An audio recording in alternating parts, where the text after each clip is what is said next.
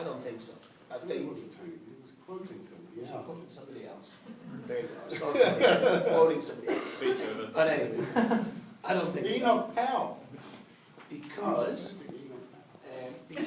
I think all these generations of struggled before us have won us rights, you know, that other generations take for granted. So the struggle for the 8-hour day, the struggle even to build organisations like the Labour Party or the Communist Party, like all these groups, no matter how big or small they were, all actually won rights for working class people. So I want to salute those organisations that we see. We are part of that heritage on the left in New Zealand, from the Wobblies, the Red Feds, the Communist Party in New Zealand.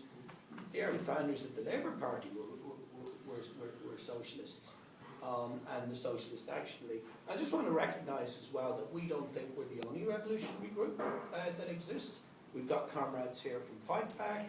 There's other groups like the ISO, and we have, by and large, fraternal relations in New Zealand, which I think is a much healthier way to be than in some other countries where it's quite nasty and people score points off each other and blah, blah, blah. And I think there's two reasons for that. One is the Unite Union, where most radical leftists who are serious about the working class are involved in a project that are actually building working class power.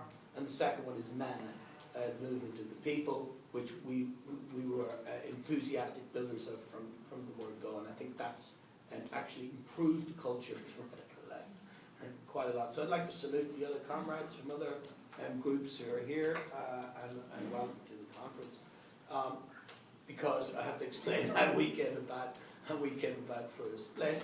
I don't want to go through that too much, but I used to be a member of an organisation called Socialist Worker, which did really great work as well. It was it came from the Communist Party of New Zealand, fought on issues like climate change, the right to strike, student occupations, and very much the kind of work that we're still doing today. We had a falling out over what we thought the formation of a broad left party would look like, and we didn't think the Residents' Action Movement would be that vehicle. But most people now are all members of MANA, so I think that's kind of resolved itself. At that time, we did think, though, that it was important to maintain independent socialist organisation, because as we discussed during the MANA session or during the union session, the need to have an independent socialist point of view about the twists and turns of coalition governments or union deals, you know, it's important that we have a right to have an independent critique of those kind of things. So I think it is good that we did continue to build a socialist organisation.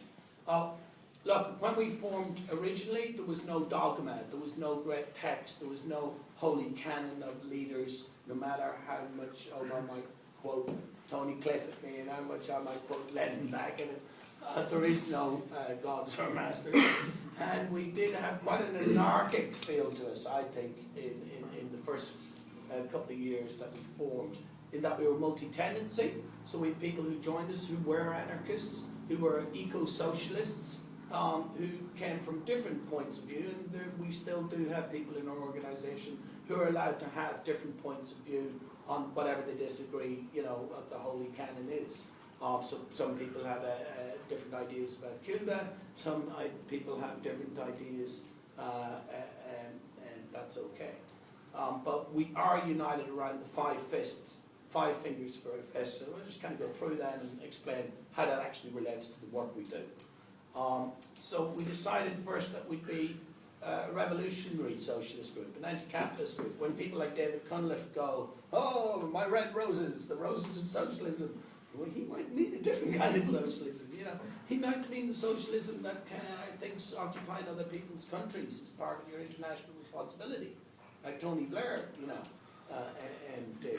So, well, we're not that kind of group. We believe in change from below.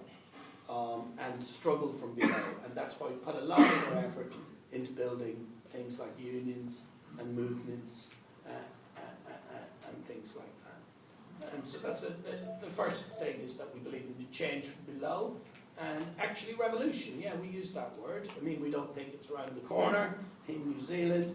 but it's certainly happening in other countries like Tunisia and Egypt, and it's a very complicated process. It isn't a magic thing, you know, happens one day and everything's resolved and we win. Yay, the end of Star Wars, you all get the gold medals from Princess Leia. Look at what's happening with our comrades in Egypt, real dangers, you know, twists and turns. That's why we have to learn our history. That's why we also believe in educating people about what happened 100 years ago, this day, in this town. What impressive, facts that Owen was laying on the ground. Imagine in these streets the huge battle, the civil war that was fought between our side and the Cossacks. You know, if you've been down to McDonald's recently, you know, get a similar kind of little echo there. Things haven't quite changed that much, but you know, that's another role of a socialist group, I think, is to actually be a university for the working class where we can discover our own history and what has gone before us. So we put a lot of energy into things like the student movement. In Auckland Uni, over the last few years, there's been occupations, protests, you know, and big confrontations with the police, and into the workers' movement. So some of the people here today are leaders of the McStrike campaigns. You see MJ there and Taylor before. We oppose all oppressions, but like Grant said in his talk, we do believe that the working class, it's not just another spectrum in the rainbow of oppressions, it's actually the working class that unites all our struggles, right? If we're Maori, Pakeha, Tauiwi, if we're an Indian migrant worker, if we're gay, lesbian or transgendered, if we're Jewish, you know, all these things, what do we have in common? Most of us have to sell our labour to exist. And that's why we're involved in movements like Occupy. We helped initiate the Occupy movement here in Auckland because we do believe that the 99% should rule and that the rule of the 1% should end, that their austerity should end. And if you look at the modern working class, it is, getting more and more female, more and more brown, lots more migrant workers. And I do believe that more socialist groups internationally should try and experiment in actually trying to organise physically, not talk about it, actually organise physically the new working class where they work, in the service industries, in the McDonald's, in the private sector. This is what we need to do. So we're quite proud to be part of the Unite Union, which I think, you know, is a good example that this work can be done internationally as well. And Mike mentioned that a part of a socialist group, even if you're small, I think you can punch way above your weight, like the Socialist Action League did in the Vietnam War struggle, in the women's liberation struggle, in the Bastion Point struggle for Te Rangatiratanga. Well, similarly, you know, we're quite small, we're modest, we know that, and we don't make any claims to be the vanguard, but we have done some good work in the last few years. I think one of the comrades could be proud of initiating the Aotearoa Not For Sale campaign and trying to get thousands of people out onto the streets. Because it's not true that people in New Zealand won't take to the streets. In fact, whenever we have called a protest and put posters up, put a bit of effort and built a United Front, thousands of people have come out. The GCSB rallies, the march of trade unions to support the wharfies, 6,000 strong. And you know, this shows that there is a desire by people to fight.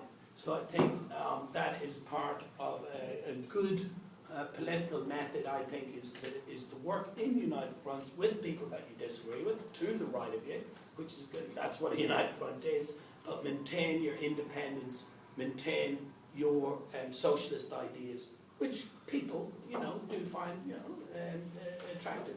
So I think if you are looking for an organisation that wants to fight back, well, you've obviously come to the right conference, because there's another conference happening down in Christchurch.